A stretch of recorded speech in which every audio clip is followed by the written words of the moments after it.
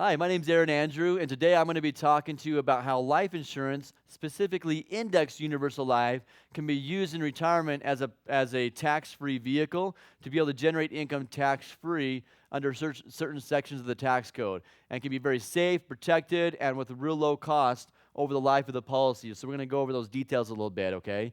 So first of all, we need to understand where these things came from. So back in the early 80s, E.F. Hutton came to the insurance companies, okay, a stock brokerage firm, E.F. Hutton came to them and said, hey, you guys, you're a $1 trillion industry. You're the backbone of the economy. Your legal reserve requirements are much higher than banks and credit unions. And you guys, under the sections of the code, we know that under these sections of the code, cash value inside of life insurance grows tax deferred under Section 72E. Under Section 7702, you can access your gains tax-free via tax-free policy loans, zero-cost loans that we talk about in another YouTube video you could watch. And then also under Section 101A, the death benefit transfers tax-free. So they said, wow, this, under the umbrella of a life insurance policy, you can have money in this policy. It can be growing tax-deferred, access tax-free, and transfer tax-free to my heirs. So he said, why don't we create a policy that people can put money into these, and the cash value, the money can be invested where you invest your money, insurance companies, in very safe vehicles, earning a good rate of return. And you guys have been around since the 1800s, very high-rated companies. So they said, let's create this kind of policy. So they did. All right, but people were taking, let's just use an example of $500,000. You could have whatever amount of money, but let's say $500,000. You put $500,000 into this insurance policy, and you go out and buy a little $50,000 death benefit. So that's what was happening back in the early 80s, is people were buying a little $50,000 dinky policy to put in $500,000. And they were getting all these tax advantages by having this little policy. So the IRS came along and said, hold on, you guys cannot do this. And E.F. Hutton and the insurance company said, yes, we can. So they took him to court. And so in court, guess who won? You would think the IRS would win, but no, they didn't. E.F. Hutton and the insurance companies won the battle because they were abiding by the tax code. They're big boys and girls. They have, attorneys. They know what they're doing. So they were abiding by the tax code. So the IRS went back and said, all right, we got to change a few things here. So they said, we want people to still be able to do this, because insurance companies want them to be strong and healthy. They're the backbone of the economy. But we need to make it more legitimate. So what they did is they came out. I'm going to use an example of a bucket here to kind of give you an idea of how this works, okay? So using the analogy of a bucket, if someone wants to put in $500,000, well, you can't just buy a $50,000 death benefit now to get all the tax advantages. Now, by the way, people that had policies before they came out with these laws I'm going to talk about, they're grandfathered. They don't have to abide by these new tax codes, okay? But these tax codes, the TEFRA, DEFRA, and TAMR that came out in 1982, 1984, and 1988 are the ones I'm going to talk about right now. So TEFRA and DEFRA of 82 and 84 came out to say, all right, the IRS says, if you want to put in $500,000, depending upon your age and gender, we have to buy a certain amount of insurance. So if you're 60, you have to buy around $1.25 million of life insurance to put in $500,000. All right? And there has to be a need and a want for the death benefit, by the way, to make this all legitimate. So we have to say, okay, there's a need and a want and a desire for the death benefit, and then all this cash value is going to be growing tax deferred, and you can access it tax-free in retirement for tax-free income, okay? So this $1.5 million of death benefit, we have to put in $500,000. Now, what if you're 30 and you opened up a policy and you wanted to put in $500,000? Your death benefit would have to be around $6 million to put in $500,000, all right? So it's all depending upon your age and gender. The cost of the insurance is pretty close to the same for the 30-year-old as it is the 60-year-old. It's just that the 60-year-old gets $1.25 million of life insurance, and the 30-year-old gets $6 million. All right? And so we show our clients that one-on-one if you meet with us, and it's very important to get this done by someone that knows what they're doing, because this is complicated to do, but we do it all the time as far as getting the right amount of insurance to make this all work correctly under the tax code, because you want to be in compliance with these tax codes. So the TEFRA laws came out to say, all right, this much insurance for this much cash going into it. Now, if you wanted to put in $250,000, your death benefit would be half as much. All right, so it's all directly related to how much you're putting in. So let's talk about the next law, the Tamer law. Well, the Tamer law came out because let's say you had this $500,000 in the bank, and you go to the bank and say, I want to take out my $500,000, and they say, well, wait a second, Mr. Client, where are you going to put that money? Why are you taking it out of us? We were enjoying paying you 1 or 2%, okay? So they said, the client would say, well, I'm going to put it over to an insurance company. Well, why? Well, first of all, on average, they're about 8 notches higher on the rating scale than you guys are. These companies have been around since the 1800s. And by the way, in 2008, and 2009, 2011, up to 2012, and as far as we know, there hasn't been a single life insurance company that's gone out of business.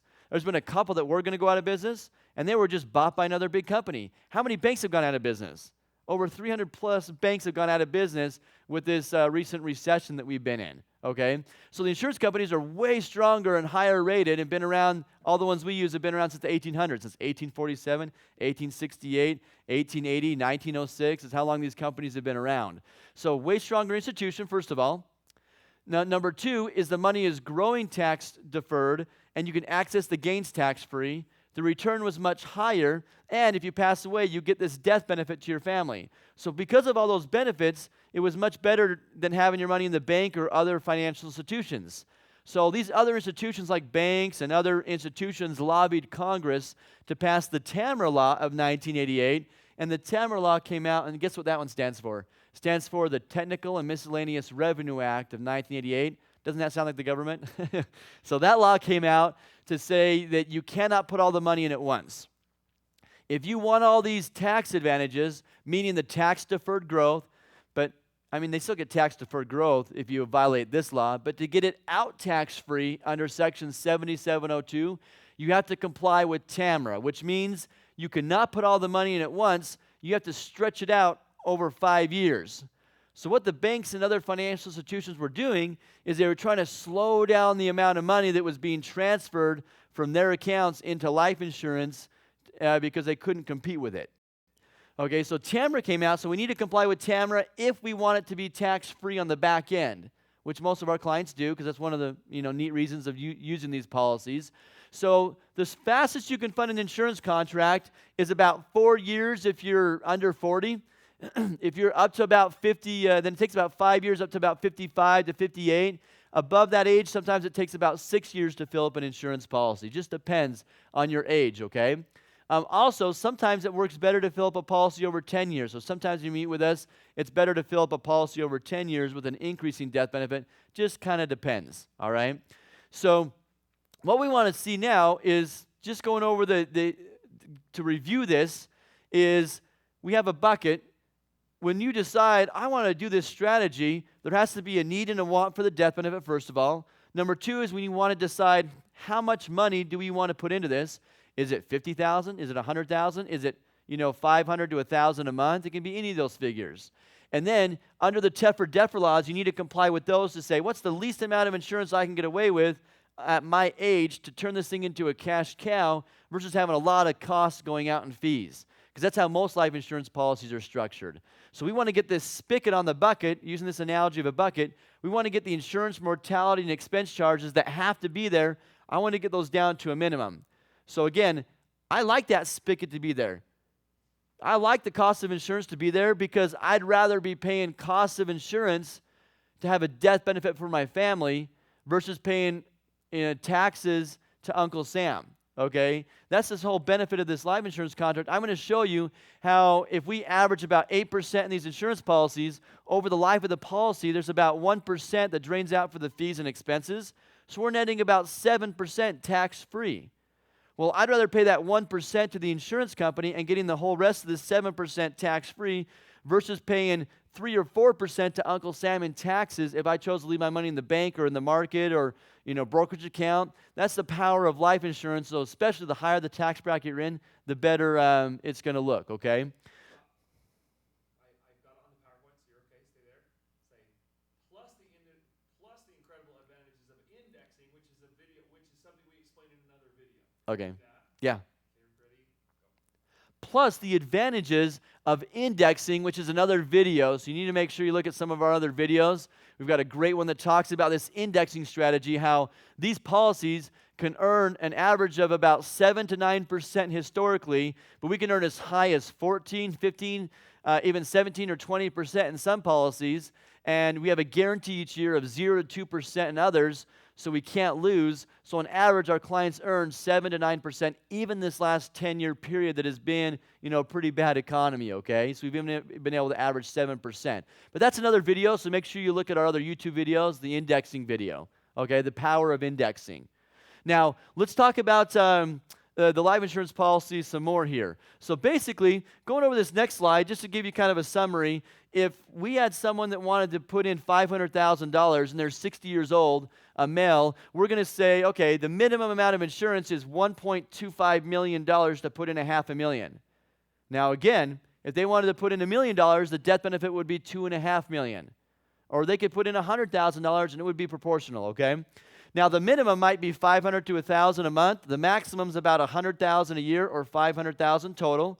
Now those sections of the code is what allows all this to be tax-free, okay? And then here's all these wonderful advantages of the insurance contract. But I'm going to go to the next slide and use an example of helping you understand how this works. Because the government has put these restrictions, the Teffer, Deffer, and Tamer on us, and by the way, if you had a policy in the early 80s, it's grandfathered. You don't have to comply with those tax codes, all right? So that's the neat thing about the grandfathering with these policies. If they ever did change any tax codes going in the future, you should be grandfathered. Now, I can't guarantee that because, of course, but you don't know what the government's ever going to do, but you should be grandfathered. So with life insurance, with these, we like to use the example of a 5-story building. So again, if you want to put in $500,000, we have to buy $1.25 million of life insurance, and that $500,000, we can only put in $100,000 a year. So think about it this way. If you went out and bought a 5-story apartment building and the government's saying to you, all right, you guys can buy this 5-story apartment building and you're going to get some wonderful tax advantages for having this building. But there's a catch. We're not going to let you rent out all 5 floors at once if you want the tax advantages. You can rent out all 5 floors, but there's not going to be any tax-free access down the road. That's how the life insurance is. You can put in the full $500,000, but you can't access the income tax-free down the road. So if you want to comply, we can only rent out the first floor. If you bought a 5-story building and only rented out 1 floor and your other 4 floors are vacant, you're not covering your overhead yet. Okay, so you get me there? You're not covering your overhead yet quite enough, so you got to be patient. This is not a get-rich-quick vehicle. It doesn't turn you into a millionaire in the first year. It takes a few years to get going. So the second year, you can rent out the next floor.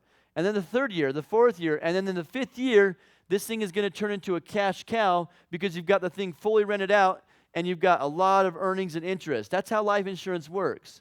All right, we have to be patient for the first years. And we have other videos, too, that if you have all that money now, we have side buckets that you can put the money into that we talk about in other videos of where we can be earning interest with the money while it's not in the insurance policy. And that's another YouTube video we have. But let's move on, and let me show you a few examples of this. So I'm going to go here to the screen and show you an example of using a life insurance contract in this manner, okay? So as you can see here on the screen, we have got an example of, and by the way, this is a 65-year-old. So some of you say, oh, I'm too old, I can't use life insurance. We have a lot of clients in their 60s that use these plans, but this is a joint policy. So sometimes, some people that are above age 60, we will use a joint policy, okay, what's called a second to die or survivorship policy. There's only a few companies that have these. And again, you don't want to use just any company. You need to come to the right firm like us or someone that's been referred to by us that knows how to do this strategy, because you have to use the right companies and the right product, okay? But this is 2 65-year-olds that are on a joint policy, so they pass on $1.5 million to their family when they pass away, okay? But nothing happens upon the first death, all right? But this can continue to generate tax-free income for them even if one of them passes away. So they're insured for $1.5 million, 2 65-year-olds. We're going to put in $100,000 a year for 5 years. So you see, the first year, we've rented out the first floor of the building, all right? At the end of the first year, there's $95,000 of cash value. Okay, so there's $95,000 of cash value. You can see that we're down about $5,000 after earnings and expenses. And the surrender value is our liquidity column if we were to cancel it, surrender it, walk away from it, or it's also an amount we can borrow. We can access withdrawals or loans 90% of that number without canceling the policy. Okay? And again, the death benefit is $1.5 million if they were to pass away. All right? So again, we use a joint policy because it's a lot cheaper, works really well for people that are above 60. Now, in 5 years, we have got $561,000 inside the cash value. So we put in $500,000. You can see the policy turns positive almost in the second year. The third year, it's got 309, then 430, 561, and the surrender value. So you see the accumulation and the surrender value in the 10th year equal each other. So that surrender charge is gone after 10 years, and the death benefit's 1.5. By the way, just real quick, I'm going to show you another example. Some policies have other option. So look real quick on the screen. There's an option of no surrender charge. So it does add extra cost. So most clients don't opt to have this option. But if you need full liquidity to the policy, you can see this number's 95 and that number's 95. There's no surrender charge in this option. Okay, so there's different ways to do this, and that's why it's good to go to a firm that knows what they're doing and to find the right fit for you. But in this example, you can see that after 10 years, if you didn't touch this policy, it's going to grow to $792, and the cash value is going to continue to grow. Let me just explain one thing here. See, in year 13, they've got $1 million inside the insurance policy, and their death benefit's $1.5 million. So now, they've got $1 million of cash value earning interest, an average of 8% in this example. So that's $80,000 a year of tax-free interest, and their death benefit's $1.5 million. So how much insurance are they paying for now? They're only paying for $500,000 of insurance. So even though they're 13 years older, they're now, from 65 to 13 years, they're quite a bit older. Insurance gets more expensive as you get older, but actually in our policies, it gets cheaper because they're not paying for $1.5 million of life insurance. They're only paying for $500,000 of life insurance. And a lot of these policies have higher costs in the first 5 to 10 years, and those fees are all gone, so the policy gets super cheap after 10 years, and we're paying for less and less life insurance. So you look down here at year 18, you'll notice that the cash value is $1.4 million, almost $1.5. You see the death benefit starts to creep up. If you didn't take money out of it, you have to have the death benefit go up automatically to comply with the tax code. So if you never touched it, in 30 years, they've got $3.8 million in there, 3.89 in the death benefit. You can see there's hardly any life insurance. That's how life insurance should be used as a living benefit. You can access this money and the cost gets super cheap down the road, okay? Let's go over another example. Let me just show you an example of taking out income. By the way, over the life of this policy, just go over this quickly, the net return after all fees and expenses over the life of the policy is 7.5%. Our gross return was 8%. So if we grossed 8% and our net return was 7.5% after all fees and expenses, that's 0.45%. So I paid 0.45% in fees that paid for what? The commissions that paid for the death benefit for my family and all these tax-free advantages and allowed me to have high returns up to, in this policy, 15% caps right now, an average of 8%. So those fees were about 0.5%. And you earn 7.5 net after all fees tax-free. To earn 7.5 in like a mutual fund or a taxable account, you'd have to be earning probably 10, 11, 12%, depending on your tax bracket, net after the fees to do what this does at 7.5. And by the way, if you watch the indexing video, we don't lose when the market goes down. We have a protection of principal guarantees from the insurance company, okay? So that's what's so neat about the policies, how cheap we can get them. People sometimes think life insurance is expensive. Not the way you do it if you do it this way, all right? Here's another example of income. And we don't have time to get into this a lot. This is another YouTube video that I've done that is on loans. So watch the tax-free, how to access your money tax-free via zero-cost loans. There's also an indexing one and an index loan feature and a variable loan feature, 3 different YouTubes we've done on that. But this example is showing the clients after 5 years at age 70 starting to take out $50,000 a year tax-free to age 120. Okay? So, of course, they probably won't live to age 120, but the policies go to age 120. And you can see that the surrender value, as they're taking out $50,000, the cash value is still hovering around at $500,000. So again, you put in $500,000 over 5 years, it grew to $561. Under these loan features, that income is coming out tax-free It not just show up on your tax return, okay, and it's all legal in the tax code under what section? 7702. That this is all coming out tax-free. By age 95, it's actually grown to 1.1 million. If they passed away, they leave behind that much to their heirs, income tax-free. By age 100, it's actually grown to almost 2 million, and they took out $1.5 million tax-free over all those years. And you can do this in your 30s, 40s, 50s, 60s, even your 70s, you can do this strategy, okay? And another example here, just real quick if we got time, is we compare this to other alternatives.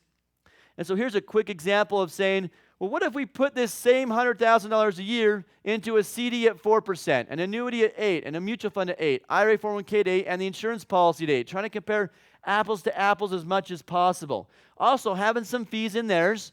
Here's some 1% management fees and some sales charges. Over here, we're showing net after taxes. We're showing a 30% tax bracket, marginal tax bracket, 25% federal, 5% state. They're looking at this in 5 years. You know, the first years they're going to outperform us. But in 5 years, we've caught up to them and we're at 561 and we have insurance and they don't. So you know that whole term, buy term invest, the difference?